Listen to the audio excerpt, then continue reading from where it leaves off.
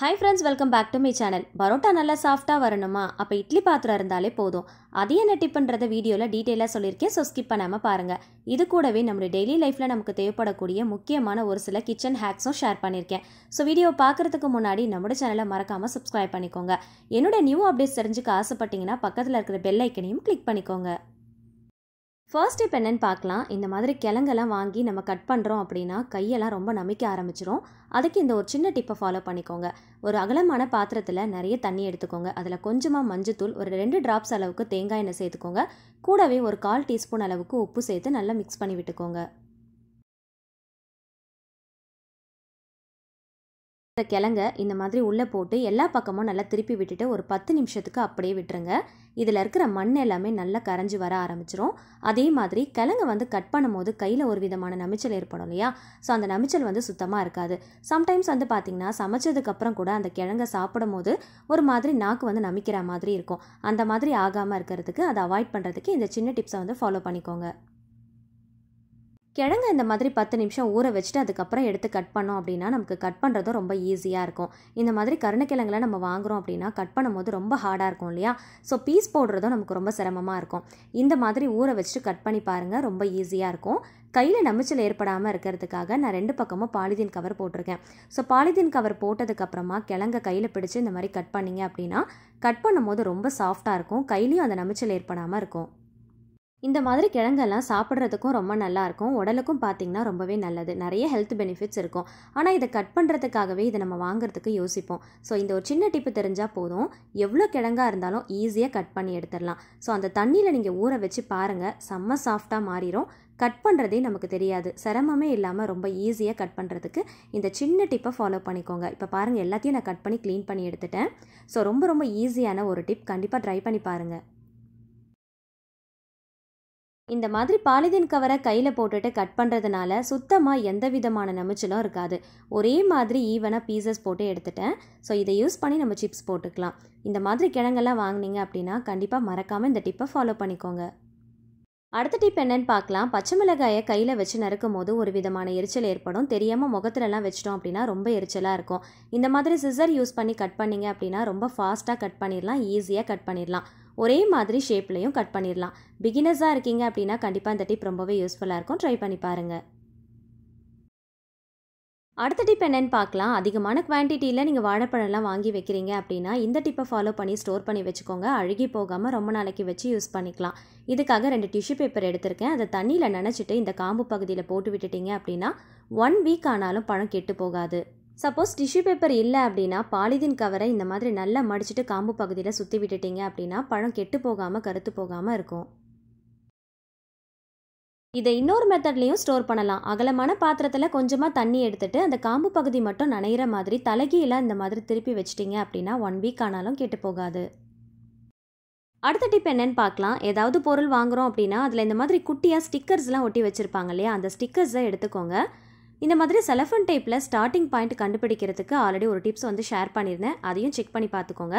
இந்த மாதிரி சின்ன ஸ்டிக்கர்ஸ்லாம் கிடச்சிது அப்படின்னா அதை கரெக்டாக அந்த ஸ்டார்டிங் பாயிண்டில் ஒட்டி விட்டுட்டிங்க அப்படின்னா ஐடென்டிஃபை பண்ணுறதுக்கு ரொம்ப ஈஸியாக இருக்கும். கண்டிப்பாக ட்ரை பண்ணி பாருங்கள். அடுத்த டிப் என்னன்னு பார்க்கலாம். டிஷ்யூ பேப்பர் இல்லைனா ஃபாயில் பேப்பர் இந்த மாதிரி ஏதாவது வாங்குகிறோம் அப்படின்னா உள்ளே இந்த மாதிரி ரோலரில் வச்சு தான் ரோல் பண்ணி தருவாங்க. ஸோ அது எல்லாமே காலியானதுக்கப்புறம் இந்த ரோலரை தூக்கி போட்டுறாமல் எடுத்து வச்சுக்கோங்க. சப்போஸ் உங்ககிட்ட இந்த மாதிரி ரோலர் இல்லை அப்படின்னா தின்னாக ஏதாவது ஷீட் இருந்துச்சா கூட அதை ரோல் பண்ணி ஸ்டிக் பண்ணிக்கோங்க. ஸ்டிக் பண்ணிவிட்டு இந்த சைஸ்க்கு கட் பண்ணி எடுத்துக்கோங்க. இதை ஒரு சூப்பரான விஷயத்துக்காக யூஸ் பண்ண போகிறோம்.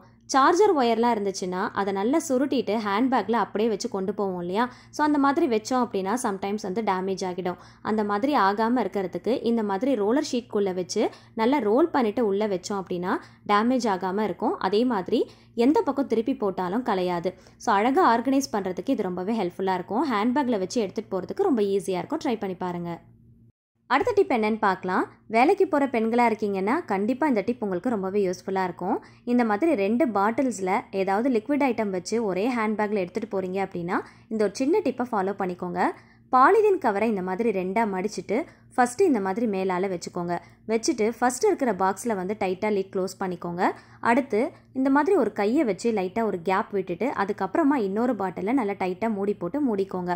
ஸோ இப்போ இதை அப்படியே எடுத்து நீங்கள் ஹேண்ட்பேக்கில் வச்சாலும் ரெண்டுத்துலேயுமே நீங்கள் லிக்விட் ஐட்டம் கொண்டு போனாலும் ஒன்றோடு ஒன்று சாயாது, உள்ளே வச்சுருக்கிற லிக்விட் ஐட்டமும் கீழே சிந்தாது. அடுத்த டிப் என்னன்னு பார்க்கலாம். ஷாம்பு பாக்கெட்லாம் யூஸ் பண்ணுறோம் அப்படின்னா பாதி யூஸ் பண்ணிவிட்டு மீதி அப்படியே வைக்கிறீங்கன்னா இந்த ஒரு சின்ன டிப்பை ஃபாலோ பண்ணிக்கோங்க. எப்பயுமே ஷாம்பு பாக்கெட்டில் கார்னரில் கட் பண்ணும்போது ஃபஸ்ட்டு சின்ன பீஸாக கட் பண்ணிக்கோங்க. அதுக்கப்புறமா கொஞ்சம் அகலமாக கட் பண்ணிக்கோங்க. இந்த செகண்ட் டைம் அகலமாக கட் பண்ணுறீங்க இல்லையா, அதை எடுத்து வச்சுக்கோங்க. இப்போ ஷாம்பு பாக்கெட்டில் இருக்கிற ஷாம்புவில் பாதியை யூஸ் பண்ணிவிட்டு மீதியை ஸ்டோர் பண்ணுறீங்கன்னா இந்த மாதிரி கட் பண்ண அந்த போர்ஷனை இந்த மாதிரி 2ஆக மடிச்சுக்கோங்க. மடிச்சுட்டு நம்ம ஆல்ரெடி செகண்டாக வந்து கட் பண்ண அந்த பீஸ் இருக்கு இல்லையா, அதை எடுத்து இந்த மாதிரி லாக் மாதிரி போட்டுட்டீங்க அப்படின்னா ஷாம்பு கவரை ஸ்ட்ரைட்டாக வச்சாலும் இல்லை சாய்ச்சி வச்சாலும் உள்ளே இருக்கிற மீதி இருக்கிற அந்த ஷாம்பு கீழே கொட்டாமல் இருக்கும். சம்டைம்ஸ் ஷாம்பு பாக்கெட்டை நம்ம யூஸ் பண்ணிவிட்டு மறந்து போய் அப்படியே வச்சுட்டு வந்துட்டோம் அப்படின்னா இந்த மாதிரி பண்ணிங்க அப்படின்னா அது சாஞ்சாலுமே கீழே கொட்டாது. ஸோ எதுவுமே வேஸ்ட் ஆகாது. இந்த ஒரு சின்ன டிப்பை வந்து ஃபாலோ பண்ணிக்கோங்க. ரொம்பவே யூஸ்ஃபுல்லாக இருக்கும். ட்ரை பண்ணி பாருங்கள். அடுத்த டிப் பார்க்குறதுக்கு முன்னாடி ஒரு ரெசிபி பார்த்துடலாம். சண்டே ஸ்பெஷலாக ஸ்மோக்கி ஃப்ளேவரில் தந்தூரி சிக்கன் தவா ஃப்ரை எப்படி செய்கிறதுன்னு பார்க்கலாமா? தை பீசஸில் லைட்டாக ஸ்லைஸ் பண்ணி எடுத்துக்கோங்க. தேவையான மசாலா ரெடி பண்ணிக்கலாம். மிக்ஸி ஜாரில் 3 போல் சின்ன வெங்காயம், ஒரு பச்சை மிளகாய், பாதி தக்காளி பழம், ஒரு கைப்பிடி புதினா கொத்தமல்லி, 1 டேபிள் ஸ்பூன் இஞ்சி பூண்டு பேஸ்ட், கொஞ்சமாக லெமன், 1 டேபிள் ஸ்பூன் தயிர், கூடவே மஞ்சள் தூள், மிளகாய் தூள், தனியாத்தூள், ஜீரகத்தூள், பெப்பர், கரம் மசாலா, கசூரி மேத்தி, தந்தூரி சிக்கன் மசாலா, உப்பு, கூடவே கொஞ்சம் ஆயில் சேர்த்து நல்லா நைஸ் பேஸ்ட்டாக அரைச்சி எடுத்துக்கோங்க. அரைச்ச மசாலா பேஸ்ட்டை சிக்கனில் சேர்த்து நல்லா கோட் பண்ணி 1 ஹவருக்கு நல்லா மேரினேட் பண்ணிக்கோங்க. எப்பயும் சிக்கனில் மசாலா அப்ளை பண்ணும்போது நல்லா ஸ்லைஸ் பண்ணிட்டு அப்ளை பண்ணிங்க அப்படின்னா மசாலா இறங்கி நல்ல டேஸ்ட் கிடைக்கும். தவால கொஞ்சமா ஆயில் சேர்த்து சூடானதும் சிக்கன் பீசஸை 1 by 1 சேர்த்து ஃபுல் சிம் ஃப்ளேம்ல வச்சு 2 பக்கமும் நல்ல கோல்டன் ப்ரௌன் ஆகுற அளவுக்கு நல்லா ஃப்ரை பண்ணிக்கோங்க.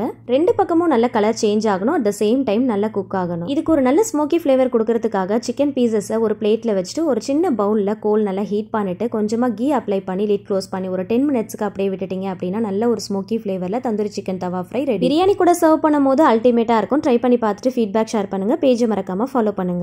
அடுத்த டிப் என்னன்னு பார்க்கலாம். நைட்டு செஞ்ச பரோட்டாவை மிச்ச மீதியெல்லாம் ஃப்ரிட்ஜில் வச்சுட்டு காலையில் எடுத்து பார்க்கும்போது ரொம்ப ஹார்டான மாதிரி இருக்கும். ஸோ ரொம்ப ஹார்டாயிருச்சு அப்படின்னா இந்த ஒரு சின்ன டிப்பை ஃபாலோ பண்ணிக்கோங்க. ஃபர்ஸ்ட் டைம் செய்யும் போது எந்த அளவுக்கு ஃப்ரெஷ்ஷாக இருந்ததோ அதே மாதிரி நல்ல சாஃப்டாக மாறிடும். இட்லி பாத்திரத்தில் கொஞ்சமாக தண்ணி வச்சு சூடு பண்ணிவிட்டு நல்லா சூடானதுக்கப்புறமா இட்லி பிளேட்டில் நம்ம எடுத்து வச்சுருக்கிற பரோட்டாவை இந்த மாதிரி ஸ்ப்ரெட் பண்ணி வச்சுக்கோங்க. எவ்வளோ பரோட்டாவாக இருந்தாலும் ஒரே பிளேட்டில் வச்சிடலாம். மூடி போட்டு ஒரு 2லேருந்து 3 நிமிஷத்துக்கு ஸ்டீம் பண்ணாலே போதும். எவ்வளோ ஹார்டாக இருந்தாலும் செம்ம சாஃப்டாக மாறிடும். தவாலெல்லாம் போட்டு ஒன்றா சூடு பண்ணுறதுக்கு பதிலாக இந்த மாதிரி இட்லி பாத்திரத்தை யூஸ் பண்ணி நீங்கள் சூடு பண்ணி பாருங்கள். செம்ம சாஃப்டாக மாறிடும்.